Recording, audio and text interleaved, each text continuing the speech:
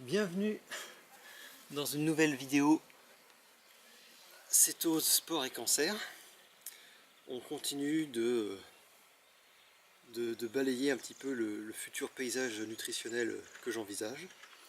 Donc on va attaquer une troisième question, qui est une question qui me paraît importante. Est-ce que il est pertinent, intelligent de ma part de mettre en place brutalement, je vais y revenir, un régime cétogène strict, on va y revenir aussi, même pas une semaine après une intervention chirurgicale lourde où, je vous le rappelle, on m'a quand même ouvert le ventre pour m'enlever la moitié droite du côlon. Question intelligente, hein, pour le coup, je veux dire, je comprends que vous puissiez vous la poser et qu'il faut que je me pose, même si c'est une question un peu poil à gratter. Bon, alors, la première réponse la plus importante à donner, c'est de dire ne faites pas ce genre de démarche, et je ne fais pas ce genre de démarche en cachette de mes médecins et de tous les médecins qui me suivent. C'est-à-dire que j'en ai informé mon chirurgien, j'ai informé tous les médecins toute l'équipe médicale qui me suit au centre Léon Bérard, j'en ai informé mon médecin traitant, etc. Parce que il faut être accompagné, surveillé dans cette démarche. C'est vraiment, à mon avis, s'il n'y a qu'une chose que vous devez retenir, c'est celle-là, c'est la chose la plus importante. Moi j'ai la chance d'avoir une médecin traitant qui est très ouverte sur ces sujets-là, qui connaissait déjà bien le régime cétogène et qui me soutient dans ma démarche. Je reconnais qu'au centre Léon Bérard, effectivement, ils sont plus sceptiques, plus dubitatifs, mais ils comprennent ma démarche et voilà, ils mettent des garde-fous, ils me demandent de rester vigilant, mais ils ne cherchent pas à tout prix à me décourager. C'est déjà pas mal. Voilà, donc ça c'est vraiment le conseil le plus important. Vous pouvez, à condition d'avoir l'aval de vos médecins. Bon. Maintenant, je voudrais juste dire, alors c'est revenir sur le côté brutal. Alors, en règle générale, je suis quelqu'un qui est très favorable à la notion de progressivité, développée entre autres par Christophe Cario, mais par bien d'autres avant et à côté de lui. Hein, là, il n'a rien inventé.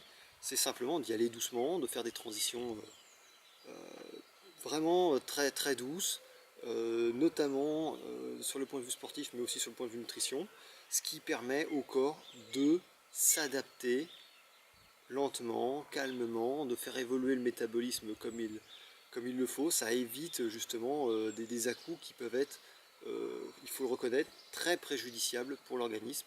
Donc en règle générale, je suis quelqu'un qui est très très favorable à la progressivité. Bon. Là, pour le coup, j'ai dérogé à cette règle-là en connaissance de cause, hein, en y réfléchissant. C'est-à-dire que j'ai fait un régime cétogène de manière brutale. Je suis sorti donc, là dimanche de l'hôpital. Le dimanche matin à l'hôpital, c'était tartine, pain à beurre, confiture, avec une petite tranche de brioche parce qu'on était dimanche. Et puis dimanche midi, je suis rentré dans le dur du régime cétogène, c'est-à-dire, dans le dur, pas exagérer non plus, hein, c'était sardines, olives, avocats, salade, et puis voilà, on attaque le régime cétogène et on le suit de manière stricte, enfin je le suis de manière stricte depuis, là on est à J+7. Enfin J+7 après l'opération, donc simplement là on est à juste 2 jours et demi de régime cétogène, hein, c'est très léger. Alors pourquoi j'ai choisi de déroger alors que j'étais pas forcément favorable à ça au départ? La réponse elle est très simple, c'est que je suis encore dans l'attente de mes résultats d'analyse, de ce qui sont sortis, et que je ne sais pas encore si je vais échapper ou non à la chimio. Alors, je croise les doigts, vous pouvez croiser les doigts pour moi, ce serait quand même une formidable nouvelle si j'échappais à la chimiothérapie. Mais bon, voilà, ne sachant pas si je ne vais pas avoir à subir à court terme une chimiothérapie, eh ben, j'ai considéré que c'était intéressant d'accélérer le plus possible la phase de céto-adaptation. Bon. Parce que effectivement, et là tous les livres tous les articles scientifiques sont clairs là-dessus. C'est vrai que c'est un outil intéressant, je peux dire formidable, intéressant, d'accompagnement des processus de radiothérapie et de chimiothérapie. Voilà. Une deuxième raison aussi qui me vient à l'esprit, c'est aussi tout simplement que le régime cétogène, c'est peut-être pas un régime qui se prête à la progressivité, parce que justement, si on est progressif, et bien la phase de céto-adaptation, à mon avis, elle est beaucoup plus longue et elle est peut-être beaucoup plus délicate à gérer, parce que il faut quand même à un moment pousser le corps à faire la transition depuis le métabolisme des glucides vers le métabolisme des lipides. Et si on y va de manière trop progressive, je pense que ça doit être quand même... Il est possible que ce soit compliqué pour le corps de gérer, et que finalement cette phase de cette adaptation, qui est quand même assez désagréable, se retrouve à durer très longtemps, ce qui n'est pas forcément une bonne idée non plus. Il faut peut-être mieux avoir un passage un peu brusque, mais plus court en termes de durée. Donc les deux raisons qui m'ont poussé à faire cette approche un peu brusque. Ensuite, j'aimerais revenir sur une deuxième notion, c'est un régime cétogène strict. Ça, je l'ai développé plus avant,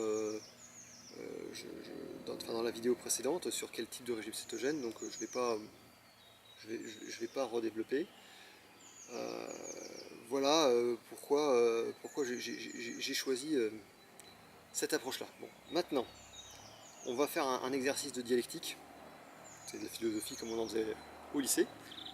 Thèse, antithèse, synthèse. Donc, est-ce que c'est intelligent ou non de faire un régime cétogène juste pendant une période de convalescence après une opération chirurgicale lourde? Alors, contre, déjà, effectivement, l'argument principal, c'est de dire qu'il va y avoir une phase de céto-adaptation.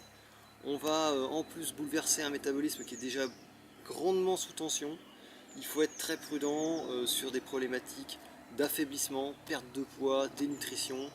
C'est pas le moment non plus de jouer les apprentis sorciers quelque part et d'imposer un stress supplémentaire à un corps euh, qui a déjà subi beaucoup ces derniers temps. Donc ça, effectivement, et c'est pour ça que je vous dis, il faut être suivi par ses médecins. Et c'est pour ça que j'insiste sur le fait, effectivement, il faut être à l'écoute aussi de son corps, c'est important. Les critères subjectifs, je les néglige pas du tout. Il faut regarder si vous gardez de l'appétit, il faut regarder si vous gardez de la joie de vivre, si vous êtes encore dynamique, etc. Ou si vous êtes en train de vraiment de piquer du nez. Il faut savoir, dans ces cas-là, mettre son ego de côté et dire, ben non, c'est trop tôt, c'est trop dur, c'est pas pertinent, je le ferai plus tard, tant pis. Donc les éléments subjectifs, mais aussi des éléments objectifs. Moi, je vais avoir au moins, entre guillemets, la chance d'être suivi très régulièrement toutes les semaines, là, pendant le mois qui arrive. Je vais faire des analyses sanguines poussées. Je suis suivi par une équipe médicale très compétente. Et puis, en plus, je vais prendre régulièrement mon taux de glucose et de cétose dans mon sang. Bon, je reviendrai là-dessus dans une autre vidéo.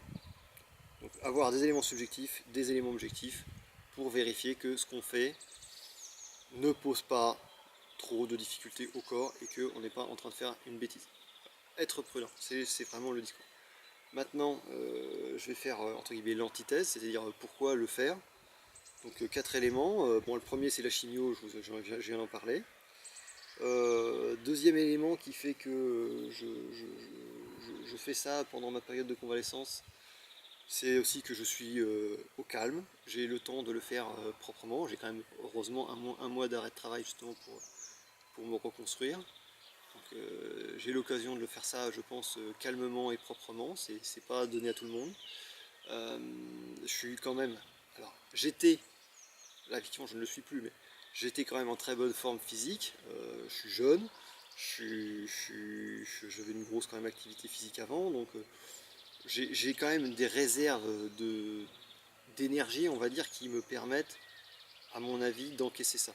Si j'avais 70 balais ou que j'étais déjà traumatisé, je sais pas, par une maladie auto-immune, etc., bon, faudrait complètement réviser le discours. Hein. Donc c'est-à-dire que voilà, la réponse que j'apporte, elle est individuelle. Elle n'est pas la même pour vous. Moi, je vous donne des éléments de réponse pour réfléchir, pour savoir si vous, de votre côté, c'est pertinent ou non de faire comme moi. Donc voilà, c'est l'état de forme physique qui va faire ça, la chimio. Et ensuite, un troisième élément important à savoir, c'est que je ne débute pas, entre guillemets, vraiment en cétose. C'est-à-dire qu'entre le moment de l'annonce où j'étais officiellement diagnostiqué cancéreux, c'est-à-dire le 11 mars, la date de mon opération qui était donc le 17 avril, pendant donc on va dire en gros 5 semaines, j'avais déjà suivi, du coup je m'étais déjà lancé dans un régime cétogène parce que justement je ne savais pas quelle sauce j'allais te manger et je me suis dit que ce serait bien d'être céto-adapté au moment où je risquais peut-être de subir une intervention et une chimiothérapie. J'avais déjà entre guillemets 5 semaines de passif et donc en fait j'ai juste eu une période là du coup pendant mon hospitalisation où là par contre je ne me suis pas posé de questions, hein, j'ai mangé ce qu'on m'amenait sur mon plateau d'hôpital et puis je me suis laissé j'ai fait une interruption pendant 5 jours. Donc le métabolisme des lipides il a déjà été préparé et donc je pense qu'il aura moins de difficultés à être relancé que quelqu'un qui vraiment démarrerait stricto sensu le régime cétogène. Voilà. Je vérifie que j'avais pris quelques notes, c'est pas trop habituel chez moi. Voilà, si un dernier truc que je voulais aborder, c'est l'aspect psychologique qui est très important effectivement. Je veux dire, si vous avez des soucis comme moi, vous comprendrez aisément que l'approche psychologique elle est très importante et que moi j'ai besoin d'être proactif, j'ai besoin de reprendre du contrôle, j'ai besoin de faire quelque chose et ne pas simplement laisser le temps passer et croiser les doigts. Donc voilà, ça c'est quelque chose de très important et ça c'est un discours que j'ai très bien tenu à l'équipe médicale qui m'accompagne et qui a été parfaitement audible pour eux. C'est de dire voilà, la dimension psychologique, le fait que ça améliore vraiment mon moral, de me dire oui je fais quelque chose pour ma santé, je prends les choses en main et je suis dynamique, quoi. Donc ça c'est vraiment le dernier élément qui fait le pour. Alors la synthèse, je ne vais pas vous la faire, vous pouvez la faire tout seul. Simplement voilà, je vous rappelle vraiment le sujet, c'est faites attention à vous, réfléchissez à tous ces éléments-là avant de vous lancer et ne vous lancez pas sans en avoir discuté avec votre équipe de médecins qui vous accompagnent et qui sont vraiment là pour vous aider. Faut jamais les envisager comme des obstacles, comme des ennemis. Ils sont vraiment là et c'est des personnes en général formidables qui sont vraiment là pour vous aider à retrouver une bonne condition physique.